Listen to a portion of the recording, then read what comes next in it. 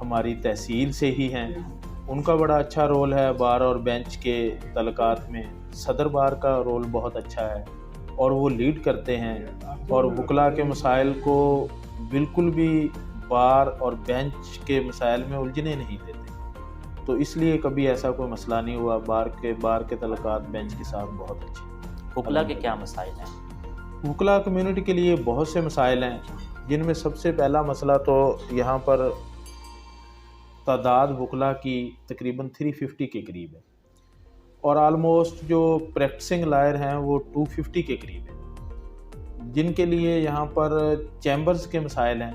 اگر کسی کے پاس چیمبر نہیں ہے تو وہ اچھے طریقے سے کنسلٹیشن نہیں کر سکتا۔ اس کے علاوہ دیگر مسائل میں جیسے یہ آپ لے لیں کہ ہمارے ابھی تک وکلاء کمیونٹی کے لیے یہاں پر ہاؤسنگ سوسائٹی کا معاملہ جو ہے وہ التوا میں پڑا ہے، وہ نہیں ہو سکا۔ اگر ایسے مسائل وکلاء کو، جیسے یہ ایک چیمبرز کا ہے، وکلاء ہاؤسنگ سوسائٹی کا ہے، یہ مسائل اگر حل ہو جائیں تو باب اختیار کے ذریعے حل ہو جائیں، ہمارے نمائندوں کے ذریعے حل ہو جائیں، تو یہ زیادہ بہتر ہوگا وکلاء کمیونٹی کے لیے۔ ٹھیک ہے سر، آج کل ڈیبیٹ چل رہی ہے کہ ہائی کورٹ سینئر ججز کو سپریم کورٹ کا جج بنایا جائے، اس حوالے سے آپ کا کیا پوائنٹ آف ویو ہے؟ سر، میں چونکہ کانسٹیٹیوشنل پریکٹس نہیں کرتا، کانسٹیٹیوشنل پریکٹس ہوتی ہے سپریم کورٹ اور ہائی کورٹ، اور ہمارے جو نمائندے ہیں ہماری کمیونٹی کے، جیسے ہمارے ممبر پنجاب بار کونسل ہیں، ممبر پاکستان بار کونسل ہیں، یہ لوگ رول ادا کرتے ہیں، تو ہم بھی انہی کی آواز کے ساتھ آواز ملاتے ہیں۔ تو میری یہ اپنی رائے ہے کہ وکلاء کمیونٹی کی تحفظات جو اس بارے میں ہیں ان کو نمائندوں کے ذریعے دور کرنا چاہیے۔ چیف صاحب سے میری یہ درخواست ہے کہ اگر کچھ سینیئرٹی کا معاملہ ہے، کسی جونیئر کو آگے لانا ہے، تو یا تو اس کی کانسٹیٹیوشن کے اندر امینڈمنٹ کی جائے یا اس کے طریقہ کار کو کوئی وضع کیا جائے، بصورت دیگر اس سے پھر جو جونیئر ججز ہوتے ہیں وہ اوپر جاتے ہیں اور سینئر کی حوصلہ شکنی ہوتی ہے۔ بس سمپل پرنسپل یہ ہے کہ یہ ہمارے جو نمائندے ہیں اور جو ہماری کمیونٹی کے جج صاحبان ہیں، نمائندے وہ چیف ہیں، جیسے چیف جسٹس صاحب Lahore high court, chief justice supreme court, ان سے میری ریکویسٹ ہے کہ اس معاملے پہ وہ خود توجہ دیں گے تو زیادہ اچھا رہے گا۔ ٹھیک ہے جناب، کشمیر میں جاری لاک ڈاؤن کے حوالے سے بتائیں، بار کی کیا کنٹریبیوشن ہے؟ بار نے اپنے طور پر احتجاجی ریلیز بھی نکالی تھیں 2019 میں، اس کے اندر میں خود بھی شریک رہا ہوں۔ کشمیر کی آزادی کا معاملہ ہو، کشمیر کے اندر کوئی تحریک کا معاملہ ہو یا کسی کرونا وبا کا معاملہ ہو، تو بار نے ہمیشہ بڑا پازیٹیو کردار ادا کیا ہے۔ ہم نے اس کے اوپر ریلی نکالی ہیں اور انٹرنیشنل طور پہ انتظامیہ کو اور انٹرنیشنل طور پہ اپنے آپ کو ریکوگنائز کروانے کے لیے ہم نے اپنے احتجاج ریکارڈ کروائے ہیں، اور ہمارے احتجاج ریٹن فارم میں حکام بالا تک پہنچائے گئے ہیں۔ تو بار ایک یہی کردار ادا کر سکتی ہے کہ اپنی آواز پہنچائے زیادہ سے زیادہ۔ چشتیاں کو ضلع بنوانے کے حوالے سے وکلا برادری کیا کردار ادا کر رہی ہے؟ سر، آپ کا کوسچن اچھا ہے۔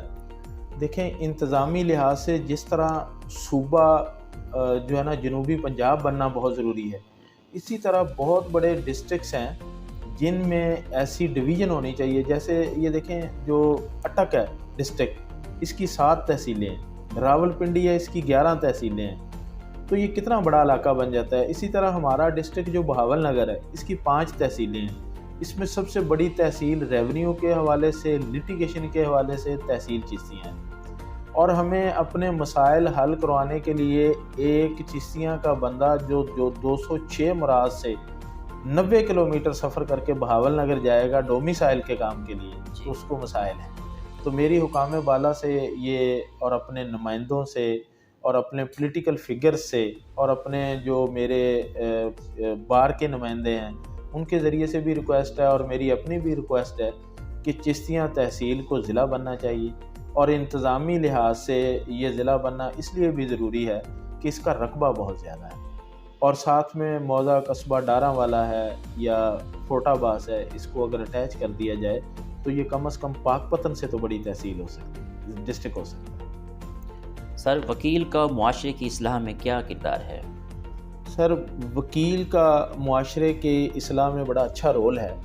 دیکھیں جیسے ایک ڈاکٹر ایک آبادی کے امراض کے مسائل کو حل کرتا ہے، اسی طرح وکیل معاشرے کا ایک ڈاکٹر ہے. کون سی بیماریوں کا ڈاکٹر ہے؟ جو معاشرے کے اندر بے راہوری، اصلاح کے پوائنٹ آف ویو سے یا معاشرے کی تعمیر و ترقی کے حوالے سے وکیل کا بڑا اہم رول ہے. آپ دیکھیں گے کہ اس پاکستان کو بنانے والا بھی ایک عظیم وکیل تھا، اور اس معاشرے میں اب بھی جو معاشرے کو تعمیر و ترقی کے لیے جو رول ادا کر رہا ہے وہ بھی اب وکیل ادا کر رہا ہے. وکیل معاشرے کو 2 آنکھوں سے نہیں 3 آنکھوں سے دیکھتا ہے.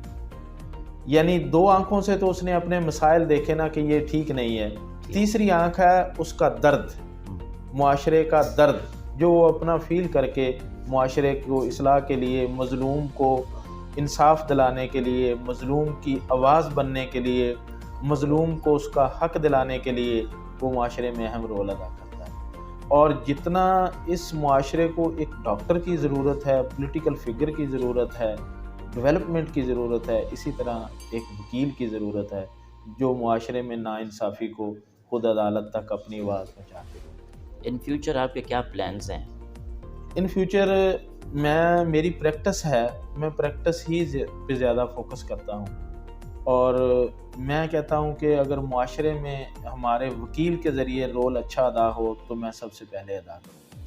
اور الحمدللہ ہم مظلوم کے لیے اچھا رول ادا کر رہے ہیں. اور جب کوئی حکومت کوئی بھی ہو یا کوئی آ کے کسی ملک کے خلاف ناانصافی کا معاملہ ہو تو وکیل ہمیشہ سب سے پہلے آواز اٹھاتا ہے، اور وکیل ہی سب سے پہلے احتجاج کرتا ہے. وکیل ہی سب سے پہلے اس کی اصلاح کے لیے اپنا کیس مقدمہ دائر کرتا ہے، دیگر کوئی فرد آ کے ایسا کام نہیں کرتا. عدالتی نظام کو بہتر کرنے کے لیے آپ کی کیا رائے ہے؟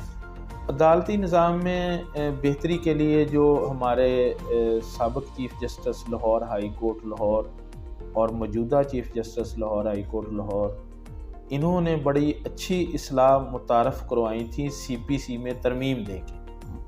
کیونکہ جو کیسز ہیں ان کی پینڈنسی بڑھتی جا رہی ہے، پرانے کیس فیصلہ نہیں ہوتے. پرانے کیسز کے فیصلہ کے لیے انہوں نے بڑی اچھی متعارف کروائی تھی ترامیم. اس کے ذریعے ایک 20 سال کی سماعت والا مقدمہ 2 سال میں سماعت ہو جانا تھا، میکسیمم سال میں سماعت ہو جانا تھا. میں اب بھی اس حق میں ہوں کہ وہ ترامیم جو ہیں وہ بالکل لیگل ہیں. ان میں اگر کوئی کمی ہے تو اس کو دور کیا جائے، لیکن ان کو ایز اٹ از مطلب ریجیکٹ نہ کیا جائے. اس سے معاشرے میں انصاف کی فراہمی میں بڑا اچھا اور تیزی آئی تھی. تو میں دیکھتا ہوں، میں اب بھی ریکویسٹ کرتا ہوں اپنے کمیونٹی سے، اپنے کمیونٹی کے نمائندوں سے، اپنی گورنمنٹ سے، اپنی لا فرٹرنٹی کے نمائندوں سے، چیف جسٹس صاحب سے، کہ ان ترامیم کو فوراً سے لاگو کیا جائے تاکہ انصاف کی فراہمی جلد ہو.